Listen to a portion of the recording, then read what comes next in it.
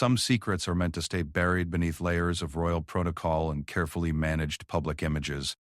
But when night security guard Thomas Mitchell made his routine rounds through Windsor Castle on a quiet Tuesday evening in March, he stumbled upon something that would shake the very foundations of what the world thought it knew about Princess Catherine and her connection to the late Princess Diana. A simple blue ribbon carelessly left on Catherine's bedside table would unravel decades of hidden truths, forgotten promises, and a legacy that had been secretly passed down through hands that were never meant to hold it. What Thomas discovered that night wasn't just a piece of fabric. It was evidence of a story so extraordinary that even the palace's most trusted advisors had never heard the complete truth. The ribbon carried with it the weight of two royal women separated by tragedy and time, yet connected by bonds stronger than blood, deeper than duty, and more enduring than the crown itself. This is the story of how a night shift discovery revealed the hidden chapter of Diana's final gift to the future, a gift that would change everything Catherine thought she knew about her place in the royal family and her role in carrying forward a princess's unfinished dreams. Thomas Mitchell had been walking the same corridors of Windsor Castle for nearly 15 years, his footsteps echoing softly against the ancient stone floors that had witnessed centuries of royal history. The night shift suited him perfectly, quiet, predictable, and far removed from the chaos that daylight brought with photographers, tourists, and the endless parade of official duties that filled the castle during regular hours. At 58, Thomas had seen it all. He had worked through 3 different royal residences, witnessed private family moments that would never make the newspapers, and maintained the kind of discretionary silence that had earned him the trust of senior palace staff. His colleagues often joked that Thomas knew more royal secrets than some of the family members themselves, but he had never once betrayed that trust. Tonight, however, would test that loyalty in ways he never could have imagined. The March evening was unusually calm. The Duke and Duchess of Cambridge were supposed to be away at Sandringham for a private family weekend, which meant Thomas's rounds would be even more routine than usual. The east wing of the castle, where their private apartments were located, should have been empty, dark, and silent. That's why the thin sliver of light bleeding from beneath Catherine's bedroom door immediately caught his attention. Thomas paused in the hallway, checking his watch. It was nearly midnight. Protocol demanded that he investigate any unexpected lights in areas that should be unoccupied, but something about this particular situation made him hesitate. The Duchess of Cambridge had always been courteous to the staff, greeting him warmly during their occasional late-night encounters when she couldn't sleep and wandered the halls with a cup of tea. She never made him feel invisible the way some royals did. He knocked gently on the door frame, a soft sound that wouldn't startle anyone inside. "Your Royal Highness?" Security checked the tone of someone who had learned to balance respect with authority over years of service. No response came from within. Then Patton backed. Thomas waited 30 seconds before trying again, this time a bit louder. Still nothing. Concern began to creep into his chest. Palace security protocols were clear about situations like this. If there was any possibility that a family member might be in distress, immediate investigation was not just permitted but required. The door was unlocked, which was unusual in itself. Catherine was generally quite security conscious, especially when it came to her private spaces. Thomas pushed the door open slowly, announcing himself once more before stepping inside. The bedroom was empty, but clearly someone had been there recently. The bed was slightly rumpled, as if someone had been sitting on the edge of it. A cup of tea sat cooling on the nightstand, still warm enough to create a faint wisp of steam. But what drew Thomas's immediate attention was something that seemed entirely out of place in the carefully curated elegance of a royal bedroom. On the bedside table, next to an antique lamp that probably cost more than Thomas's annual salary, lay a simple blue ribbon. It wasn't the kind of decorative ribbon one might expect to find in such surroundings. No elaborate bows or expensive materials. This was plain, almost worn, the kind of ribbon a child might use to tie back their hair or mark a special page in a favorite book. Thomas approached cautiously. He had been trained never to disturb anything in the royal family's private spaces unless it posed a security threat, but something about this ribbon drew him forward. As he got closer, he could see that it wasn't just any ribbon. Faded lettering was visible along one edge, written in what appeared to be a child's handwriting. "For my future sister Diana." The words hit Thomas like a physical blow. He stumbled backward, his heart hammering against his ribs. Diana. Princess Diana had been gone for over 2 decades, and Catherine had never even met her. How could there possibly be a connection between them, through something as simple as a child's ribbon?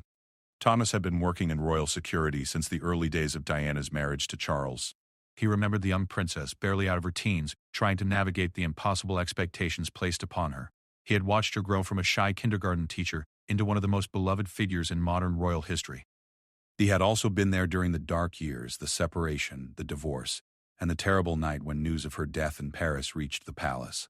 Looking at the ribbon again, Thomas noticed there was more writing on the other side. He leaned closer without touching it, squinting to make out the faded words. Find the letters in the music box. Tell my story. Love always, D. His hands were shaking now. Thomas had never been the type of man to believe in coincidences or supernatural occurrences, but standing in that room, looking at a message from a dead princess, he felt as though the very air around him had changed. The silence of the castle suddenly seemed heavy with secrets, pressing down on him from all sides. Sound from the hallway made him freeze. Footsteps, light but purposeful, were approaching the bedroom. Thomas quickly backed away from the nightstand, positioning himself near the window as if he had been checking the locks rather than investigating mysterious ribbons. Catherine appeared in the doorway, and Thomas was struck by how different she looked from her usual composed public image. Her hair was pulled back in a simple ponytail. She wore comfortable jeans and a sweater that had clearly seen better days, and her face bore the kind of exhaustion that comes from carrying emotional weight rather than physical fatigue. Thomas, she said, and he was surprised by the relief in her voice. I thought I heard someone in here. Your Royal Highness, Thomas replied, offering a respectful nod. I saw the light and came to investigate. I was told you were at Sandringham. Catherine glanced at the ribbon on the nightstand, and Thomas saw something flash across her face. Not surprise, but rather the look of someone who had been caught in the middle of something deeply personal. We came back early, she explained, moving into the room and unconsciously positioning herself between Thomas and the nightstand. William's at his study making some calls. I couldn't sleep, so I came here to think. Thomas nodded, but his eyes kept drifting toward the ribbon. Catherine noticed his attention and followed his gaze. For a moment, neither of them spoke. The air between them was charged with unspoken questions and the weight of a discovery that neither had been prepared for. You saw it, Catherine said finally. It wasn't a question. I did, ma'am. Catherine moved to the nightstand and picked up the ribbon, holding it gently as if it were made of the most delicate glass. I suppose you're wondering what this is about? Thomas remained silent. In his years of service, he had learned that sometimes the best way to handle delicate situations was simply to wait and let the other person decide how much they wanted to share. I've never told anyone about this, Catherine continued, her voice barely above a whisper. Not even William, especially not William. She sat down on the edge of the bed, still holding the ribbon. Thomas could see that her hands were trembling slightly. I found this among my grandmother's things after she passed away last year, Catherine began. My maternal grandmother, not the royal family. She had kept it all these years, along with something else. Something that Diana had given her shortly before the divorce was finalized. Thomas felt his breath catch. Catherine's grandmother had known Princess Diana? The connections and implications were staggering, impensable standing, and based. My grandmother worked for a children's charity in London during the early 90s, Catherine continued. Diana was a patron, of course, but she became more than that to my grandmother. She became a friend during those final years of her marriage, when everything was falling apart and she felt like she couldn't trust anyone within the royal circle. Diana would sometimes visit my grandmother privately, just to talk, to have a cup of tea with someone who wouldn't judge her or report back to the palace. Catherine paused, looking down at the ribbon in her hands. Grandmother said Diana was desperate during those last few years, not just about the marriage, but about her legacy. She was terrified that everything she had tried to accomplish, all the causes she cared about, would be forgotten or dismissed after she was gone. She felt like the royal family would erase her completely. Thomas remained perfectly still, afraid that any movement might break the spell and stop Catherine from sharing this extraordinary revelation. Diana had made my grandmother promise something, Catherine continued. She had written letters, dozens of them, detailing her hopes for the future of the monarchy, her ideas for how the royal family could better serve the people, her dreams for what the next generation of royals might accomplish. She had hidden these letters, along with other personal items, and she made my grandmother promise to find a way to get them to the woman who would eventually marry William. The room fell silent again. Thomas processed what he had just heard, trying to understand the magnitude of what Catherine was telling him. Princess Diana had essentially left a roadmap for the future, a guide for the woman who would one day fill her role, and she had entrusted that information to a charity worker, rather than anyone connected to the palace. The ribbon was attached to a small music box, Catherine explained. Inside the music box were instructions for finding the letters. Diana had been incredibly careful about where she hid them. She knew that if they were discovered by the wrong people, they could be used against her or simply destroyed. Catherine stood up and moved to the window, still clutching the ribbon. I've spent months trying to decide what to do with this information. Part of me wants to honor Diana's wishes and find these letters. But another part of me is terrified of what they might contain, or what finding them might mean for William, for our children, for the entire royal family. Thomas finally spoke. Have you looked for them, ma'am? Catherine turned back toward him, and he could see tears forming in her eyes. I've been trying to work up the courage. According to the instructions, they're hidden somewhere within the royal residences. Diana was clever about it. She chose places that would remain accessible to future generations, but wouldn't be disturbed during routine maintenance or renovations. She wiped her eyes with the back of her hand. Thomas, I need to ask something of you, and I understand completely if you feel you can't agree to it. Thomas straightened his shoulders. What do you need, Your Royal Highness? I need your help finding these letters. Your knowledge of the palaces, your access to areas that I couldn't reach without raising questions. I think you might be the only person who could help me do this without creating a scandal. The weight of what Catherine was asking settled over Thomas like a heavy blanket. She was essentially asking him to participate in uncovering a secret that Princess Diana had hidden from the royal family for over 25 years.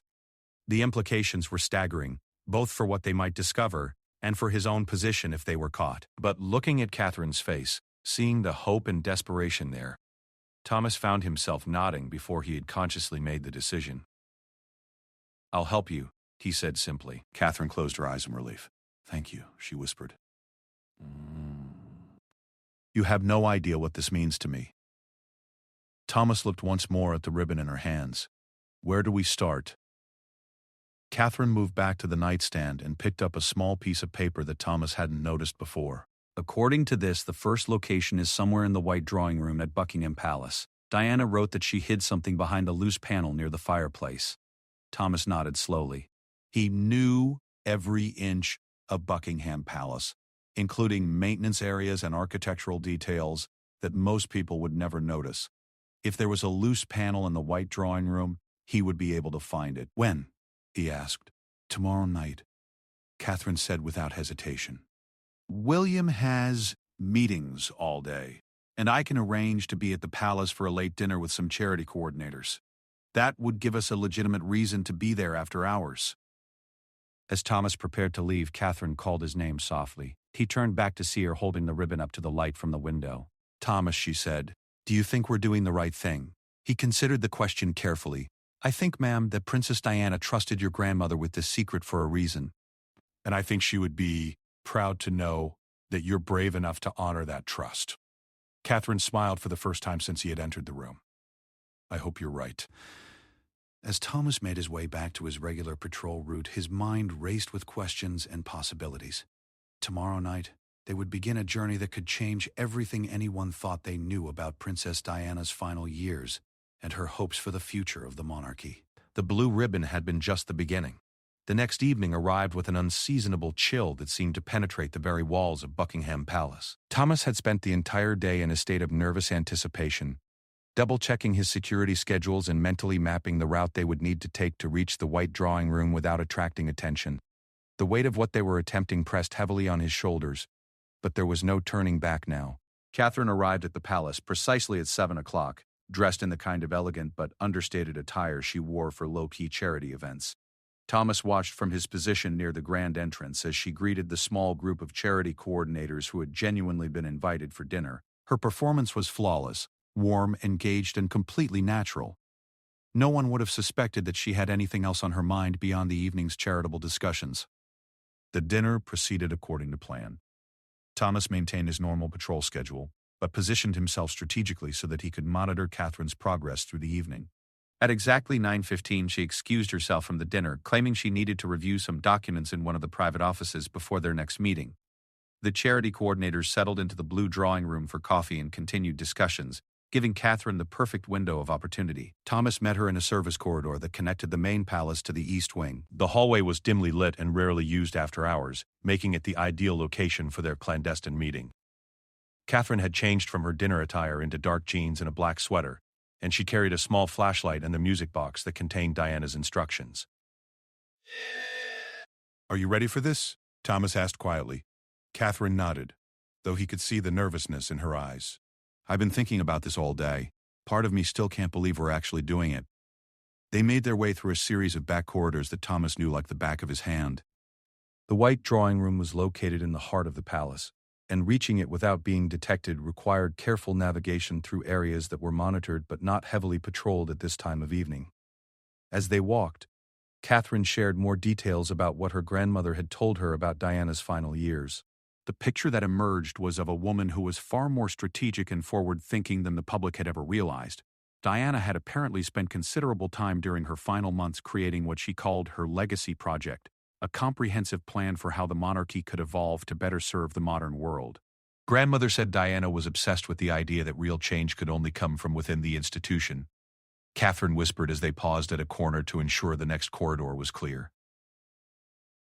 She believed that if the right person came along, someone who genuinely cared about people and wasn't born into the system, they could use their position to implement real reforms. The public image of Diana's final years had focused heavily on her charitable work and her relationship with Dodi Fayed, but this suggested she had been thinking much more deeply about systemic change within the royal family itself. They reached the entrance to the white drawing room without incident. Thomas used his security access card to unlock the door, and they slipped inside quickly. The room was magnificent even in the dim light, ornate furnishings, priceless artwork, and an atmosphere of centuries-old grandeur. But tonight, they weren't there to admire the decor. Catherine consulted the music box instructions while Thomas examined the fireplace area with his flashlight.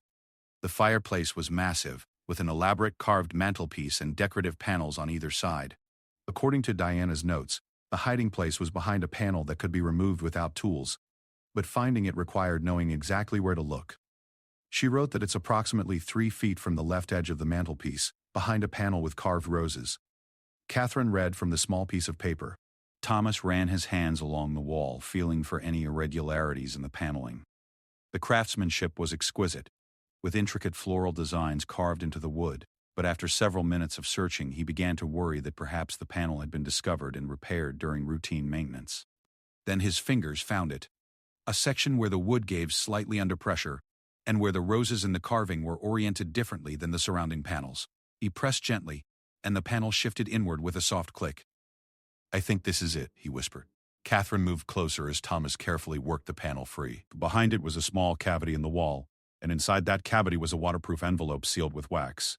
Diana's initials were pressed into the wax seal, along with the date, July 15, 1996, just over a year before her death. Thomas handed the envelope to Catherine, who stared at it as if it might disappear if she looked away. Her hands were shaking as she carefully broke the wax seal and withdrew the contents. Inside were 3 items: a letter addressed to the future Princess of Wales, a small key attached to a ribbon identical to the one they had found in Catherine's bedroom, and a detailed map of what appeared to be areas within various royal residences. Catherine unfolded the letter and began to read aloud in a voice barely above a whisper. "To the woman who will one day fill my role, I pray that you will read these words with an open heart and a determination to finish what I could not complete. By the time you discover this letter, I will likely be gone, but my hopes for the future will live on through you. I have spent the final years of my marriage documenting everything I have learned about how the royal family truly functions, not just the public facade, but the real mechanisms of power and influence. I have also developed a comprehensive plan for how these systems could be reformed to better serve the people we are meant to protect and represent. The monarchy is not just a ceremonial institution. It has real power and influence that could be used to create meaningful change in the world. But that power has been wasted for generations because those who hold it have been more concerned with preserving tradition than with serving humanity. You have an opportunity that I never had. You are not born into this system, which means you can see its flaws more clearly than those who have never known anything else. You also have the advantage of coming into this role at a time when the public is ready for change, when they are demanding more authenticity and relevance from their institutions. I have hidden detailed plans and research in 7 different locations across the royal residences. Each location contains specific information about different aspects of potential reform: charitable giving, public engagement, political influence, media relations, and succession planning. Together, they form a complete blueprint for transforming the monarchy into something that could truly make a difference in the world. The key you have found will open a safety deposit box at Coutts Bank in London. Inside that box are financial documents and legal papers that prove how royal money has been misused over the years, along with proposals for how those resources could be better allocated. This information alone could force significant changes if used correctly, but I want you to know that pursuing this path will not be easy. There are people within the palace, within the government, and within the broader establishment who will fight to prevent any meaningful change. They have already silenced me once through divorce and isolation, and they would not hesitate to do the same to you if they perceived you as a threat. You must be careful about whom you trust. The people who seem most supportive of your public role may be the same ones who will work hardest behind the scenes to limit your real influence. Build your own network of allies outside the traditional power structure, just as I tried to do. Most importantly, remember that this is not about personal glory or revenge against those who have wronged us. This is about using the extraordinary privilege of our position to create a better world for future generations.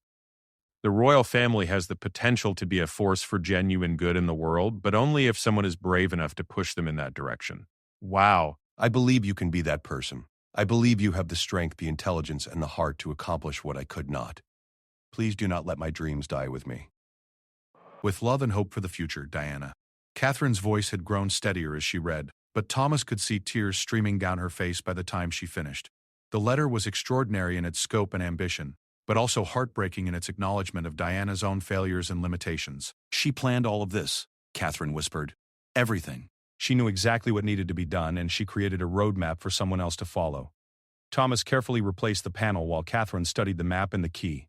The map showed locations at Buckingham Palace, Windsor Castle, Sandringham, Balmoral, and several other royal properties. Each location was marked with a symbol and a brief note about what type of information could be found there. Some of these places I've never even been to, Catherine observed, and others I know well, but I never would have thought to look in these specific areas. They made their way back through the palace corridors, both lost in thought about the implications of what they had discovered. Catherine carefully tucked the letter and map into an inner pocket of her jacket, while Thomas carried the key and ensured their route remained clear. As they reached the service corridor where they had first met that evening, Catherine stopped suddenly. "Thomas," she said, "I need you to know that I understand what I'm asking of you. If we continue with this, we're not just looking for hidden letters. We're potentially uncovering evidence of financial misconduct, political manipulation, and who knows what else. If we're caught, or if any of this becomes public in the wrong way, it could destroy both of our lives." Thomas had been thinking about exactly these same concerns throughout the evening. The rational part of his mind told him to walk away now before they went any deeper into whatever Diana had uncovered. But looking at Catherine's determined expression, he found himself thinking about the young princess he had watched grow up in this same palace, the one who had died believing that her dreams for change would die with her.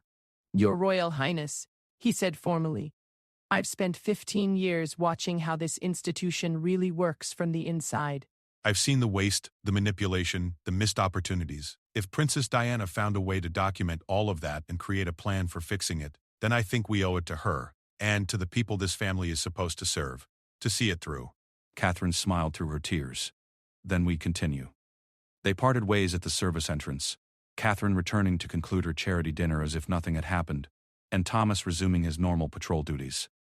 But both of them knew that everything had changed. They were no longer just a royal family member and a security guard. They were conspirators in a plan that had been set in motion over 20 years earlier by a princess who had refused to let her dreams die with her. Over the following days, Catherine and Thomas began planning their next moves. The map indicated that the second location was at Windsor Castle, in an area beneath the Round Tower that Thomas had access to, but Catherine had never seen. According to Diana's notes, this location contained information about financial irregularities and proposed reforms. But they also began to notice things that made them both nervous. Catherine mentioned that William had been asking more questions about her whereabouts and activities. Thomas noticed that his supervisor had been paying more attention to his patrol routes and timing. Perhaps it was just paranoia, but they both felt as though they were being watched more closely than usual. The stakes were rising, and they hadn't even scratched the surface of what Diana had hidden for them to find. 3 weeks had passed since their discovery in the White Drawing Room, and the weight of Diana's secret was beginning to take its toll on both Catherine and Thomas. They had managed to retrieve documents from 2 additional locations, one at Windsor Castle and another at Kensington Palace. and what they were uncovering was far more explosive than either had anticipated. The Windsor Castle documents had contained detailed financial records showing how royal charitable funds had been diverted for personal use over several decades. Diana had meticulously documented instances where money donated by the public for specific causes had been used instead for palace renovations, private travel, and even personal investments. The scope of the misuse was staggering, running into tens of millions of pounds. The Kensington Palace location had yielded something even more disturbing. Correspondence between senior royal advisors and government officials discussing how to limit Diana's influence during her final years. The letters revealed a coordinated effort to isolate her from meaningful charitable work and to discredit her in the media whenever she attempted to speak out on issues that went beyond the traditional royal remit. Catherine had been spending sleepless nights reading through everything they had found, trying to understand the full implications of Diana's research. The picture that emerged was of a royal family that had systematically prioritized self-preservation over public service, and of a government that had been complicit in maintaining that system. But it was the fourth location that would change everything. Thomas had been studying Diana's map for days, trying to understand her notation for a hiding place at Balmoral Castle in Scotland. Unlike the other locations which had been specific about rooms or architectural features, this one simply showed a crude drawing of trees and the words, "Where Charles proposed but not to me." It had taken Catherine several days to decipher this clue. She remembered reading in various biographies that Charles had originally planned to propose to someone else entirely before his relationship with Diana began. Lady Amanda Knatchbull, Earl Mountbatten's granddaughter. The proposal was supposed to have taken place at Balmoral during a family gathering in 1979. But it never happened because Amanda turned Charles down. Catherine had quietly researched the Balmoral grounds and discovered that there was indeed a secluded grove of trees near the Dee River where Charles had been known to take romantic walks during that period. According to estate records, it was called the Birch Grove, and it was rarely visited by anyone except groundskeeping staff. Getting to Balmoral without raising suspicion had required careful planning. Catherine had arranged for a legitimate family visit to the Scottish estate, ostensibly to review renovation plans for one of the guest cottages. Thomas had been assigned to the visit as part of the security detail, giving him a plausible reason to be on the grounds. William had gone fishing with some local guides, and the rest of the family was occupied with various activities around the estate.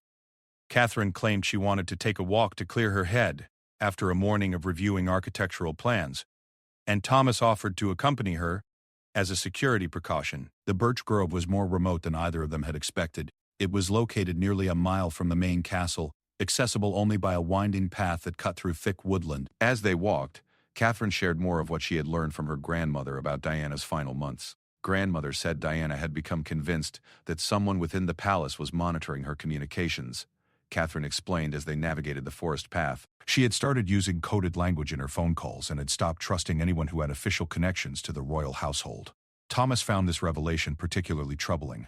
As a security professional, he knew that surveillance of royal family members was standard practice, but it was supposed to be for their protection, not for the purpose of political control. The idea that Diana had felt threatened by the very people who were supposed to keep her safe suggested a level of institutional dysfunction that went far beyond what he had imagined. They reached the Birch Grove after about 20 minutes of walking. It was a beautiful, peaceful spot, a small clearing surrounded by silver birch trees, with a view of the River Dee flowing gently in the distance. Under different circumstances, it would have been the perfect location for a romantic proposal. According to Diana's map, they were looking for a large stone near the center of the grove, beneath which she had buried a waterproof container. The grove contained several large stones, some clearly placed there naturally by glacial activity, others arranged more deliberately as part of the landscape design. It was Catherine who spotted the right stone, a granite boulder about 3 feet across, positioned in such a way that it could serve as an informal bench overlooking the river. When they examined it closely, they could see that the earth around its base had been disturbed at some point, though grass and moss had long since grown back over the area. Thomas had brought a small camping shovel disguised in a backpack along with water bottles and other hiking supplies. He began carefully digging around the base of the stone, while Catherine kept watch for any approaching groundskeepers or other estate staff. It took nearly an hour of careful excavation, but eventually Thomas's shovel struck something metallic about 2 feet below the surface. Working together, they uncovered a large sealed metal box, much bigger than the containers they had found at the previous locations. Catherine's hands were shaking as she opened the latches. Inside, wrapped in multiple layers of protective plastic, were dozens of documents, photographs, and audio cassette tapes. But what immediately caught their attention was a letter marked "Urgent," opened first, in Diana's handwriting. Catherine carefully unfolded the letter and began to read. "If you are reading this, it means that someone has finally taken my warning seriously.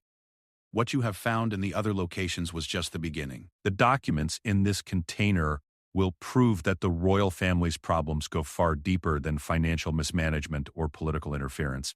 I have discovered evidence of active collaboration between senior royals and foreign governments in ways that may constitute treason. I have documented instances of classified government information being shared with unauthorized parties for personal gain. I have recordings of conversations that prove several family members have knowingly participated in illegal activities. Most importantly, I have evidence that suggests my own life may be in danger because of what I have uncovered. By the time you read this, I may already be gone, but I need someone to know the truth about why." The audio tapes in this container include recordings I made secretly during private meetings with Charles, with palace advisors, and with government officials. Some of these recordings were made in violation of privacy laws, but I felt I had no choice given the gravity of what I was discovering. I want to be clear about something. My goal is not to destroy the monarchy or to seek revenge against those who have wronged me. But the institution cannot be allowed to continue operating in the shadows, prioritizing its own survival over the welfare of the nation and its people.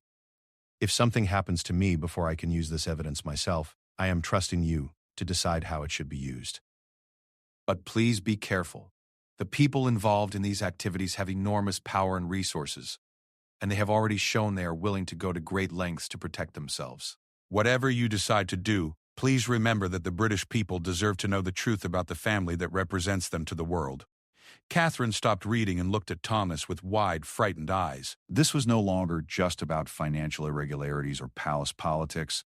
Diana was suggesting that members of the royal family had committed serious crimes, possibly even treasonous acts. Thomas felt a chill that had nothing to do with the Scottish weather. They had stumbled into something that was potentially dangerous, not just for their careers, but for their personal safety. "We need to look at what's in here," Catherine said, her voice steady despite the fear in her eyes. "We need to understand exactly what Diana discovered." They spent the next 2 hours in the birch grove, carefully examining the contents of the container. What they found exceeded even their worst expectations. There were photographs of documents that appeared to be classified government briefings, with handwritten notes in Charles's recognizable script. There were financial records showing large payments from foreign sources to accounts controlled by various royal family members. There were transcripts of conversations discussing the sale of British military technology to countries that were supposed to be under arms embargoes, but it was the audio tapes that proved most shocking. Diana had somehow managed to record conversations that revealed the extent to which the royal family had become involved in international arms dealing, money laundering, and the manipulation of British foreign policy for personal profit. One recording featured Charles discussing a plan to influence government decisions about defense contracts in exchange for substantial payments to royal charities, payments that were then diverted for personal use. Another included a senior palace advisor explaining how the royal family's diplomatic immunity could be used to facilitate illegal financial transactions. Perhaps most damning was a conversation between Charles and an unidentified foreign official discussing the sale of information about British intelligence operations. Diana had apparently been present at this meeting under the pretense of discussing charitable work, but had secretly recorded everything. As they listened to the recordings, both Catherine and Thomas began to understand why Diana had been so fearful during her final months. She hadn't just discovered evidence of financial impropriety. She had uncovered a criminal conspiracy involving the highest levels of the British establishment. "This is why she died," Catherine whispered after they had listened to the most incriminating recording. "This is why the car crash happened. Someone made sure she could never reveal what she knew." Thomas had reached the same conclusion, though he hesitated to voice it. The official investigation into Diana's death had concluded it was an accident, but the evidence they were examining suggested that powerful people had both motive and opportunity to ensure her silence. They carefully repacked everything in the container and reburied it exactly where they had found it. Both agreed that removing these materials from their hiding place would be too dangerous until they had figured out what to do with the information. As they walked back toward the castle, they discussed their options. They could take everything to the police, but given the involvement of government officials, there was no guarantee that law enforcement could be trusted. They could approach journalists, but the evidence was so explosive that no legitimate news organization would publish it without extensive verification, a process that would almost certainly alert the very people they were trying to expose. "There's another option," Catherine said as they neared the castle grounds. "We could follow Diana's original plan." Thomas looked at her questioningly. "She created this evidence to force change from within the system," Catherine explained. "She wanted to use it to pressure the family to reform themselves. What if we did the same thing?" The idea was both brilliant and terrifying. Rather than trying to expose the evidence publicly, they could use it as leverage to force the changes Diana had envisioned. But this approach would require confronting the very people who might be responsible for Diana's death. That evening, as they sat in Catherine's guest suite at Balmoral, reviewing everything they had learned, they made a decision that would determine the course of their lives, and potentially the future of the British monarchy itself. They would complete Diana's mission, gathering all of the evidence from the remaining hiding places, And they would present the royal family with an ultimatum: implement the reforms Diana had outlined or face public exposure of their crimes. It was a dangerous game they were about to play, but they both felt they had no choice. Diana's legacy demanded nothing less than the transformation she had died trying to achieve. 6 months had passed since Catherine and Thomas first discovered the blue ribbon, and their secret investigation had fundamentally changed both of their lives. They had successfully located and documented evidence from all 7 of Diana's hiding places, creating a comprehensive archive of material that painted a devastating picture of royal family dysfunction and criminal activities spanning several decades. The final 3 locations had yielded the most personally difficult discoveries for Catherine. At Sandringham, Diana had hidden detailed psychological profiles of various family members, documenting patterns of manipulation, emotional abuse, and what appeared to be systematic efforts to undermine anyone who threatened the established power structure. At Highgrove, they had found evidence of Diana's own surveillance activities. She had been secretly photographing documents and recording conversations for months before her death, driven by a growing paranoia that proved to be entirely justified.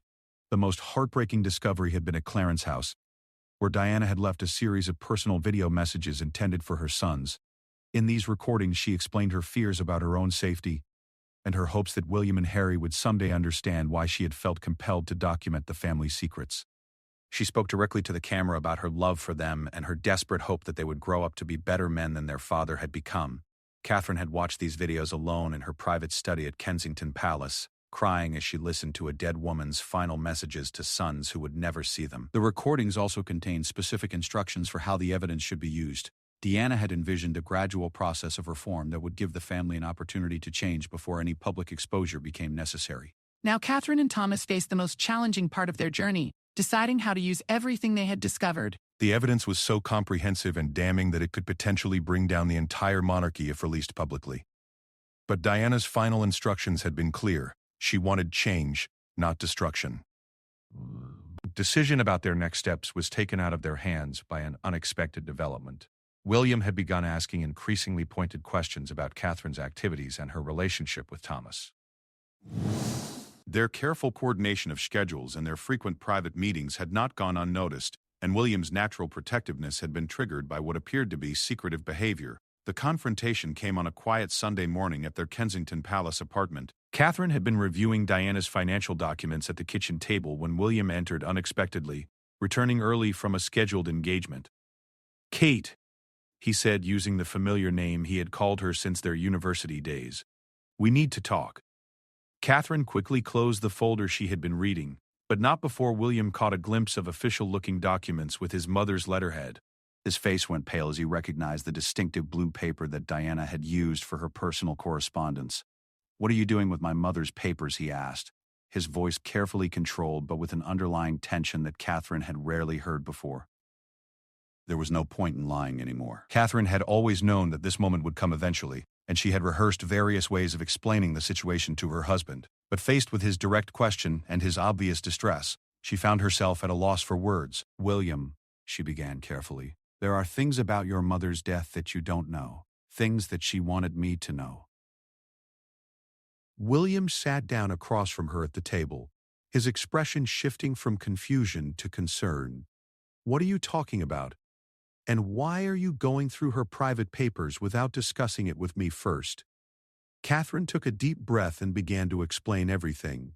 The discovery of the ribbon, her grandmother's connection to Diana, the hidden letters and documents, and the evidence of criminal activity they had uncovered. She spoke for nearly an hour, watching as William's expression changed from disbelief to anger to something approaching despair.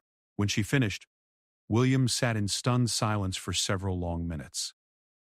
Finally, he spoke in a voice that was barely above a whisper. "You're telling me that my mother was murdered because she discovered that my father and other family members were involved in criminal activities?" "I'm telling you what the evidence suggests," Catherine replied carefully. "Your mother believed her life was in danger, and she had good reason for that belief." William stood up abruptly and began pacing around the kitchen. "Do you have any idea what you've done?" "What you're suggesting? You're talking about accusing the future King of England of treason. You're talking about evidence that could destroy the monarchy entirely." "I'm talking about finishing what your mother started," Catherine said firmly. "She didn't want to destroy the monarchy, William. She wanted to save it by forcing it to change." William stopped pacing and stared at his wife with an expression she had never seen before, a mixture of betrayal, fear, and something that looked almost like hatred. "You had no right," he said. "Whatever my mother may have thought or planned, she's been dead for over 20 years. The past should stay in the past." Catherine felt her own anger beginning to rise. "The past doesn't stay in the past when the same people are still in power and the same criminal activities are still continuing. Your mother died trying to protect the integrity of the institution you're going to inherit someday. Don't you think you owe it to her memory to at least consider what she discovered?" "What I owe her," William said coldly, "is to protect her sons and her legacy from conspiracy theories and wild accusations that could destroy everything she cared about." The argument continued for hours, with neither Catherine nor William willing to back down from their positions. William demanded that Catherine turn over all of the evidence to him so that it could be properly handled by palace advisors. Catherine refused, arguing that the palace advisors were the very people Diana had been trying to expose. Eventually, William stormed out of the apartment, leaving Catherine alone with the terrible realization that her marriage might not survive the choices she had made. She had known from the beginning that pursuing Diana's investigation could have personal consequences, but she had not fully prepared herself for the possibility that William would choose loyalty to his family over justice for his mother. That evening, Thomas received an urgent phone call from Catherine asking him to meet her at a secure location away from any royal properties. They met at a small cafe in South London, in a neighborhood where neither of them was likely to be recognized. "William knows everything," Catherine told him as soon as they were seated in a corner booth, "and he's not going to help us. He wants me to turn over all the evidence to palace officials." Thomas had been expecting this development, but it still came as a blow. Without William's support, their options were severely limited. They couldn't continue to operate within the royal household, and they couldn't access many of the resources they would need to implement Diana's reform plan. "What do you want to do?" Thomas asked. Catherine stared out the cafe window at the busy London street, watching ordinary people go about their ordinary lives, unaware that the stability of one of Britain's most fundamental institutions hung in the balance. "I want to honor Diana's wishes," she said finally, "but I also don't want to destroy my marriage or put my children in danger." Thomas understood the impossible position Catherine was in. As a mother and a wife, she had responsibilities that went beyond her commitment to Diana's legacy. As a future queen, she had obligations to the institution she would someday help lead. "There might be another way," Thomas suggested. "What if we focused on the reform proposals rather than the evidence of criminal activity?" Diana created detailed plans for how the monarchy could change. "We could try to implement those changes gradually, without necessarily threatening anyone with exposure." Catherine considered this approach. It would mean setting aside the most explosive material they had discovered, but it might also create a path forward that didn't require destroying everything in order to fix it. Over the following weeks, Catherine began a careful campaign to introduce Diana's reform ideas into her official duties. She started with relatively modest changes, restructuring her charitable work to focus more on direct action rather than ceremonial appearances, using her platform to advocate for specific policy changes, and building relationships with politicians and activists outside the traditional royal circle. The changes were subtle enough that they didn't immediately trigger alarm within the palace hierarchy, but significant enough that people began to notice a shift in her approach to her royal role. Media coverage began to highlight her more substantive engagement with social issues, and public approval ratings for her work increased substantially. Thomas, meanwhile, had been quietly documenting ongoing irregularities in royal security and financial management. Without access to Diana's evidence, he couldn't prove criminal activity, but he could identify patterns and practices that suggested continued misuse of resources and authority. The breakthrough came 8 months after their confrontation with William, when Catherine received an unexpected visitor at Kensington Palace. Princess Anne, William's aunt, requested a private meeting with Catherine to discuss what she described as concerning developments within the family. Anne had always been known as the most pragmatic and hard-working member of the royal family, and Catherine had respected her dedication to public service. But she was unprepared for what Anne revealed during their conversation. "I know what you and Thomas have been investigating," Anne said without preamble, "and I know that William has asked you to stop." Catherine's heart began racing, but she tried to maintain her composure. "I'm not sure what you mean." "I mean that I've been watching the changes in your work over the past year, and I recognize the influence of someone who was very dear to me," Anne continued. Diana and I may not have always gotten along personally, but I respected her intelligence and her commitment to making this institution better. Anne revealed that she had been conducting her own quiet investigation into royal finances for several years, triggered by discrepancies she had noticed in charitable fund management. She hadn't found evidence of the larger criminal conspiracy that Diana had uncovered, but she had documented enough regularities to know that serious problems existed. "The family is at a crossroads," Anne explained. "The public is becoming increasingly skeptical about the value of the monarchy, and we're facing pressure to justify our existence in ways that previous generations never had to consider. We can either evolve to meet those challenges, or we can continue operating as we always have until the whole institution collapses under its own weight." Anne proposed an alliance. She would use her influence within the family to support gradual reforms, while Catherine and Thomas continued their research and advocacy work. Together, they might be able to implement meaningful changes without creating the kind of scandal that would destroy the monarchy entirely. It wasn't the dramatic confrontation that Diana had envisioned, but it represented a path forward that honored her memory, while protecting the institution she had ultimately wanted to preserve. Catherine agreed to Anne's proposal, with the understanding that the most explosive evidence would remain hidden unless other approaches failed. Over the following year, significant changes began to emerge within the royal family's operations. Financial management became more transparent, with independent oversight of charitable funds. The family's public engagement strategies shifted toward more substantive involvement in policy discussions. Most importantly, a new generation of royals began to embrace a more service-oriented approach to their roles. William eventually came to understand and support Catherine's work, though their marriage required significant rebuilding after the trust that had been broken during their initial confrontation. He never fully embraced his mother's more radical reform ideas, but he acknowledged that change was necessary, and began working alongside Catherine to implement Diana's vision in ways that didn't threaten the stability of the institution. Thomas continued his security work but also became an informal advisor to Catherine and Anne on institutional reform. His unique perspective as someone who had observed royal operations from both inside and outside the family hierarchy proved invaluable in identifying problems and developing practical solutions. The blue ribbon that had started everything remained in Catherine's private possession, displayed in a simple frame in her study alongside a photograph of Diana holding infant William. It served as a daily reminder of the responsibility she had inherited and the legacy she was working to fulfill. Diana's complete evidence archive remained hidden, secured in locations known only to Catherine and Thomas. They had agreed that it should be preserved for future generations' insurance against any backsliding into the corrupt practices of the past, but also hoped that it would never need to be used. The transformation of the royal family was gradual and sometimes painful, but it was real. Diana's dreams of a monarchy that truly served its people were finally being realized not through the dramatic exposure she had planned, but through the patient work of people who understood that lasting change required building rather than destroying. In her final video message, Diana had expressed hope that someone would have the courage to finish what she had started. That courage had ultimately come not from a single person, but from an unlikely alliance of individuals who shared her vision of what the monarchy could become. The blue ribbon had been more than just a clue to hidden secrets. It had been a thread connecting past dreams to future possibilities, binding together people separated by death and time in a common purpose that would echo through generations to come.